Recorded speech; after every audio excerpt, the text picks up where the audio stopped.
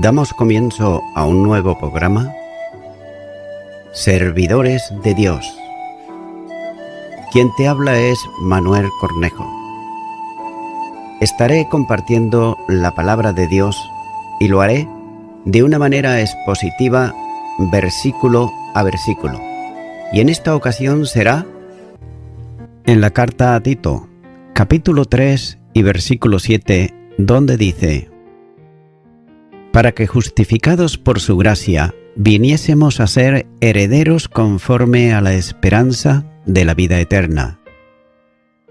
Comienza diciendo este versículo, para que justificados por su gracia.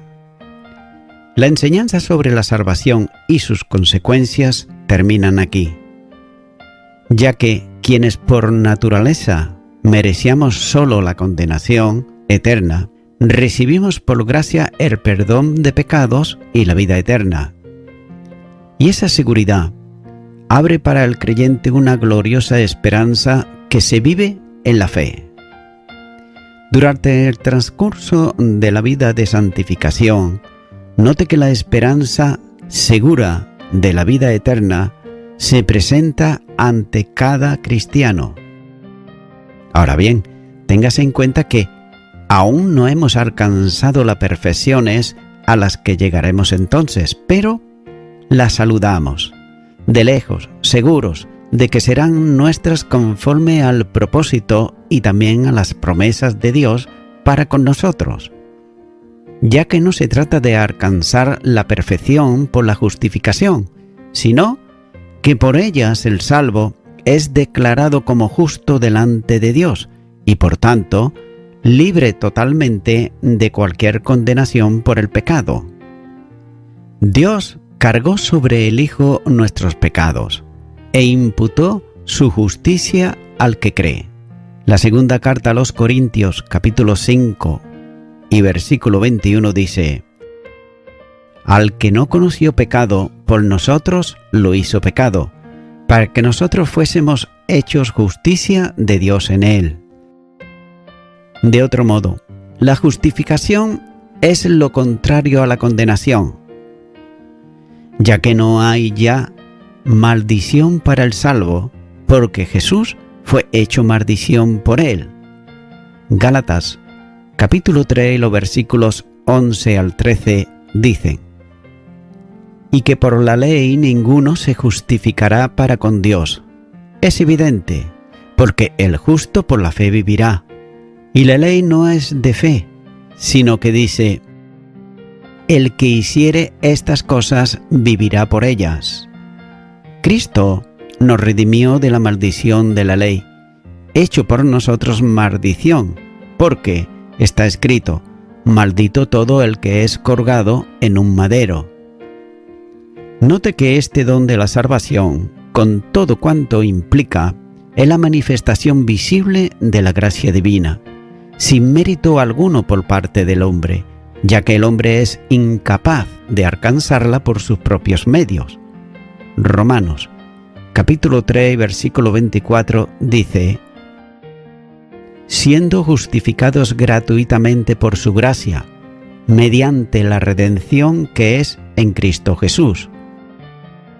Continúa diciendo este versículo: viniésemos a ser herederos conforme a la esperanza de la vida eterna. La justificación por gracia abre la convicción de la segura certidumbre de la vida eterna. No que la alcanzaremos como algo posible, sino que será el eterno disfrute de lo que ya hemos alcanzado, ya que la justificación cancela toda deuda del pecado y de la certidumbre de que ninguna cosa podría separar de lo que significa la seguridad de quienes son herederos de Dios y coherederos con Cristo Jesús. Romanos capítulo 8 y versículo 17. Pero llegará el tiempo en que se hará realidad ese disfrute de la gloria venidera, pero ya ahora pueden ser consideradas como propias por la fidelidad de Dios que ha hecho las promesas para todo aquel que cree en el Hijo. Siendo una vida eterna y unas promesas eternas, no es posible vincularla al tiempo sino a la perpetualidad. El pecador perdido, que ha sido justificado por la fe, como señala Romanos capítulo 5 y versículo 1, es un heredero que tiene derecho a la vida eterna. Gálatas capítulo 4 y versículo 7 dice: Así que ya no eres esclavo, sino hijo, y si hijo, también heredero de Dios por medio de Cristo. Así pues, esta vida eterna se considera en el versículo como el término perfecto de la obra de salvación. Por eso ahora se posee en esperanza. Continúa ahora con el versículo 8, donde dice: Palabra fiel es esta, y estas cosas quiero que insistas con firmeza. Para los que creen en Dios, procuren ocuparse en buenas obras. Estas cosas son buenas y útiles a los hombres. Comienza diciendo aquí que palabra fiel es esta. Tengas en cuenta que esta es la quinta y última vez que menciona esta frase. Anteriormente ya lo hizo en la primera carta a Timoteo, capítulo 1, versículo 15, capítulo 3, versículo 1, capítulo 4, versículo 9, y la segunda carta a Timoteo, capítulo 2 y versículo 11. Así pues, lo que sigue es digno de ser tenido en cuenta, es decir, de prestarle atención, ya que en cierto modo es el resumen de cuanto ha dicho anteriormente, como señalan los versículos 4 al 7. Y note que Pablo desea que Tito insista firmemente en estas cosas. Por otro lado, algunos piensan que se trata de afirmarse en lo que antecede, y otros, en cambio, considera que se refiere a lo que sigue. Pero sin duda ambas cosas pueden ser, y tal vez mejor, entender que se refiere a todo el escrito, ya que todas estas verdades, tanto las que anteceden como las que siguen, debieran ser tema de enseñanza para Tito, ya que esto producirá presteza en los creyentes para practicar las buenas obras, como señala el capítulo 3 y versículo 1, haciéndolo con toda firmeza y también decisión y fervor, como señala el capítulo 2 y versículo 14. Pero todavía más, pondrán todo el corazón para ser los primeros en esta práctica, no solo virtuosa, sino de testimonio de vida cristiana. Y Pablo, en estas cartas pastorales, trata de esforzarse para llevar a cabo algo para prestar suma atención a la vida, para que las buenas obras se manifiesten en ella. Los que han sido regenerados y son transformados día a día deben ser más celosos en la práctica de obras que ponen de manifiesto su condición ante todo el mundo, ya que cada día la fe y confianza en Dios debe ser mayores, siguiendo en el momento en que, depositada la fe en el Salvador por vez primera en la vida del creyente, recibió la justificación para seguir por medio de esa misma fe en la vida de santificación. Note lo que dice Efesios, capítulo 2 y versículo 8, donde dice: Porque por gracia sois salvos, por medio de la fe, y esto no de vosotros, pues es don de Dios. Cierra la cláusula con una afirmación sobre la vida del buen obrar de los creyentes, que es buena para con todos los hombres.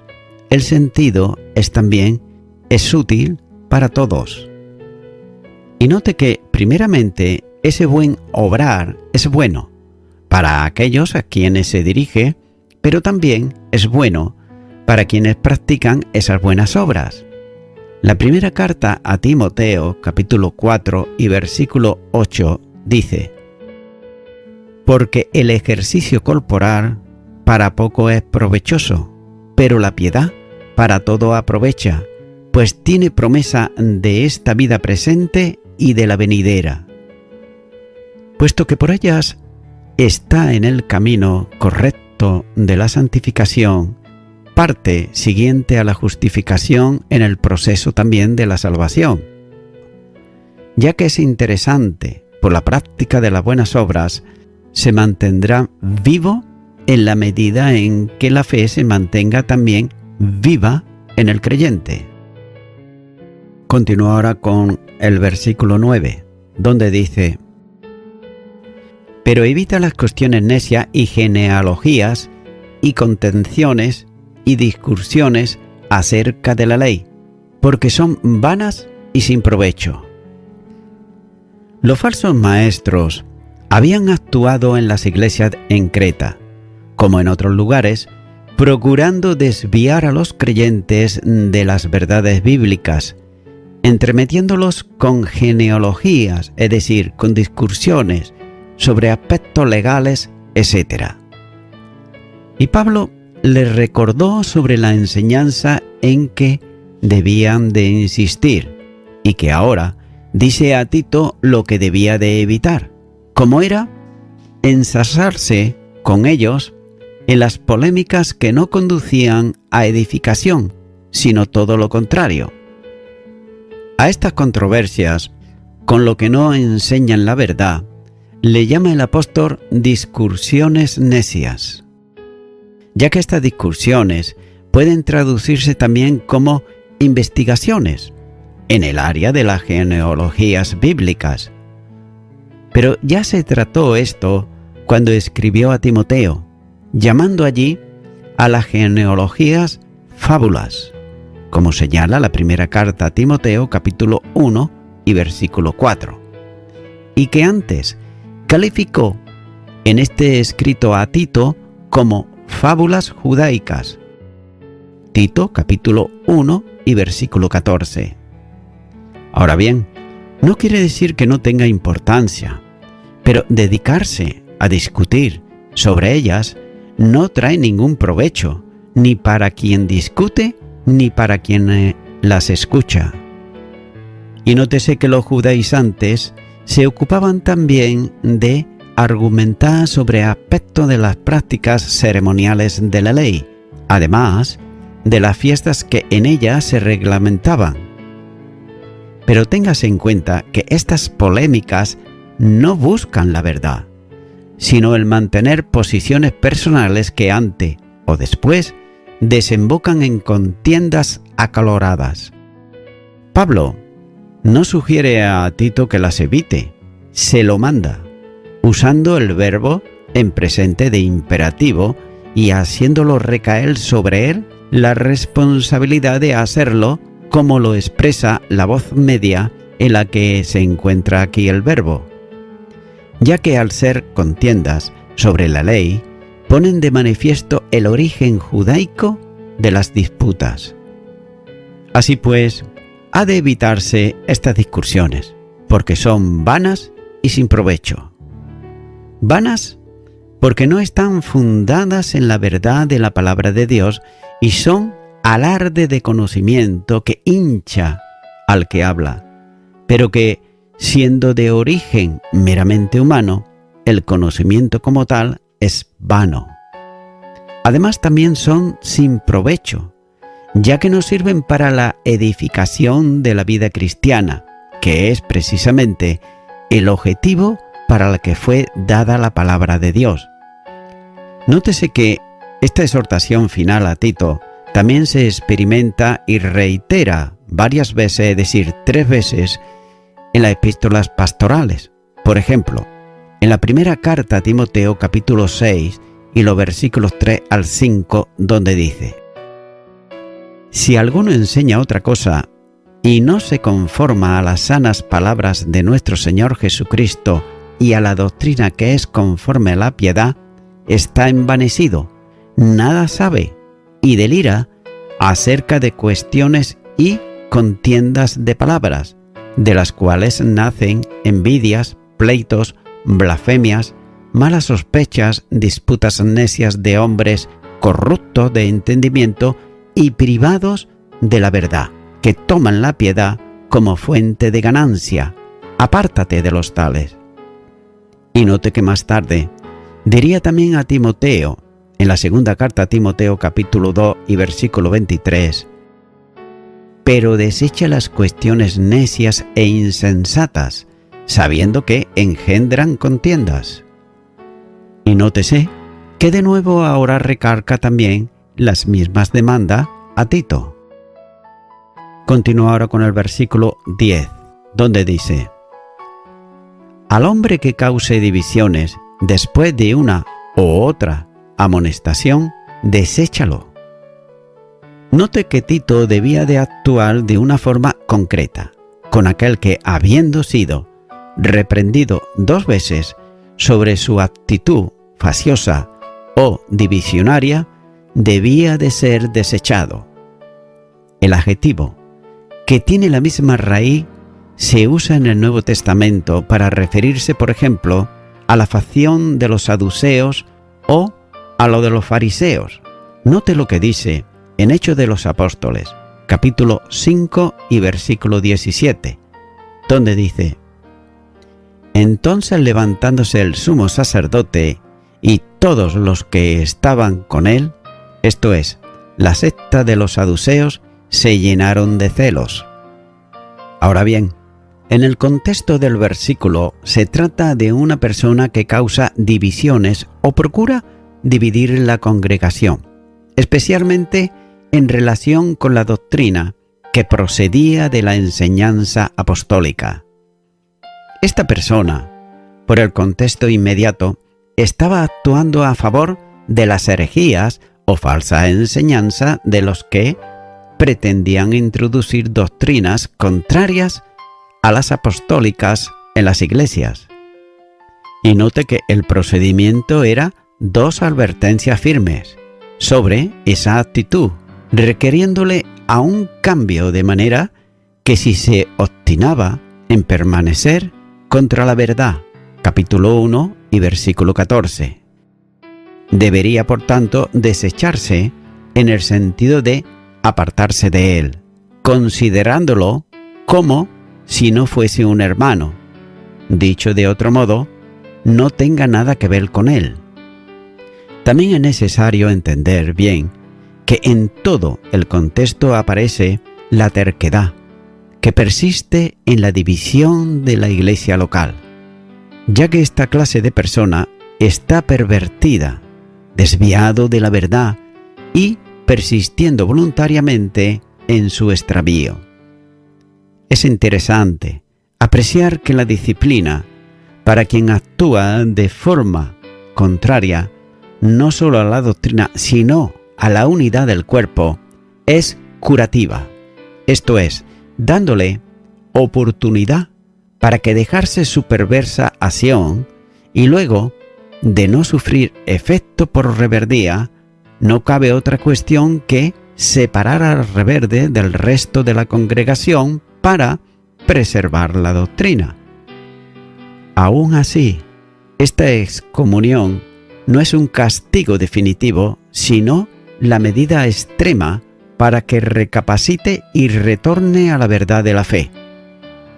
Sin embargo, el mandato del apóstol persiste en relación con quienes causan divisiones, como escribió, por ejemplo, a los romanos, en Romanos, capítulo 16 y los versículos 17 al 18, donde dice: mas ruego, hermanos, que os fijéis en los que causan divisiones y tropiezos en contra de la doctrina que vosotros habéis aprendido, y que os apartéis de ellos, porque tales personas no sirven a nuestro Señor Jesucristo, sino a sus propios vientres, y con suaves palabras y lisonjas engañan los corazones de los ingenuos.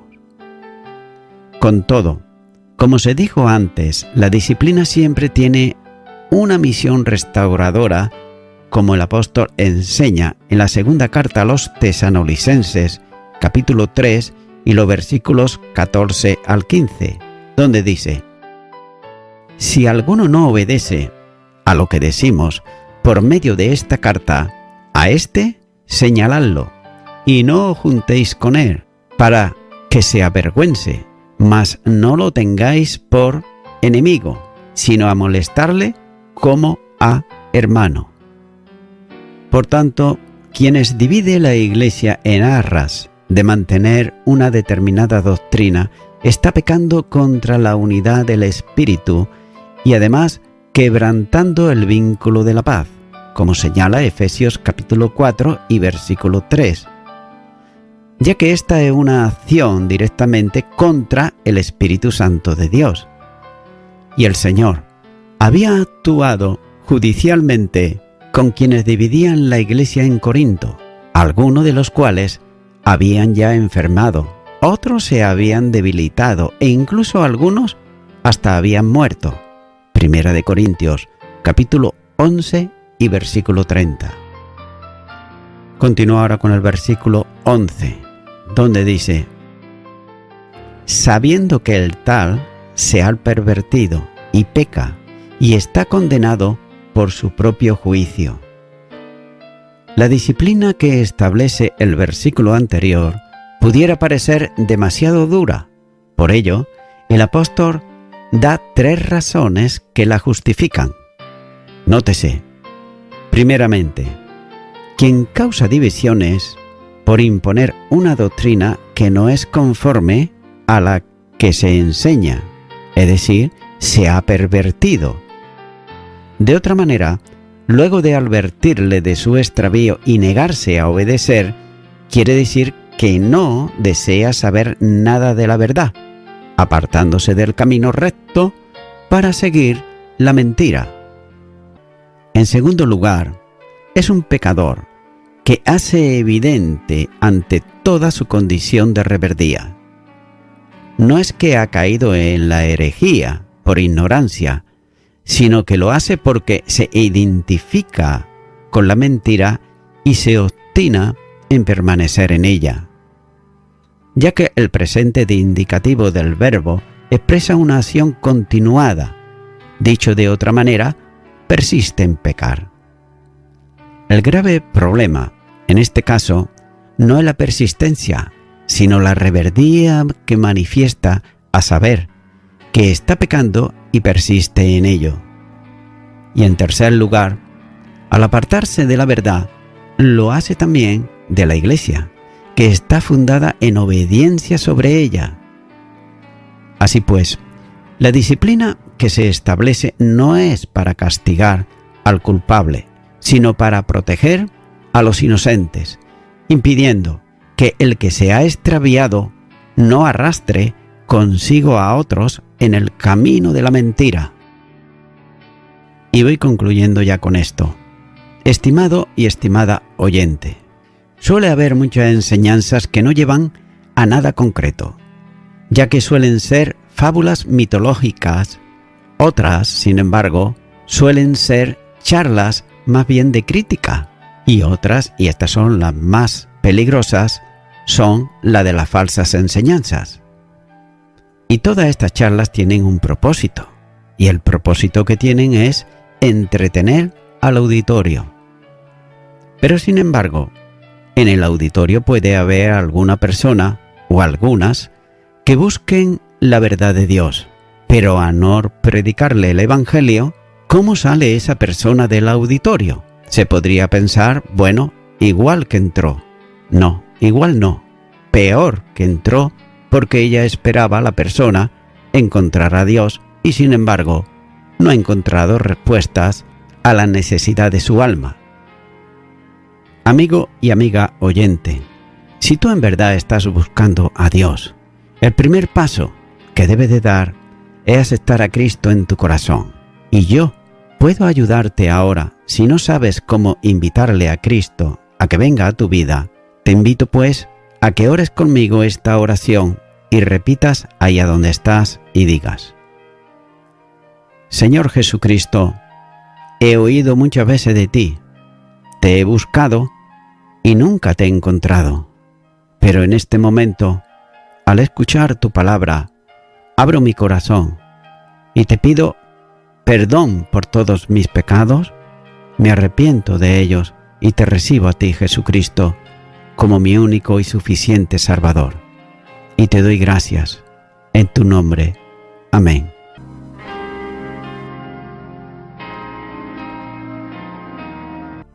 Amigo y amiga oyente, si tú has hecho esta oración de corazón, te recomiendo que comiences a orar a Dios, en primer lugar, en el nombre del Señor Jesucristo.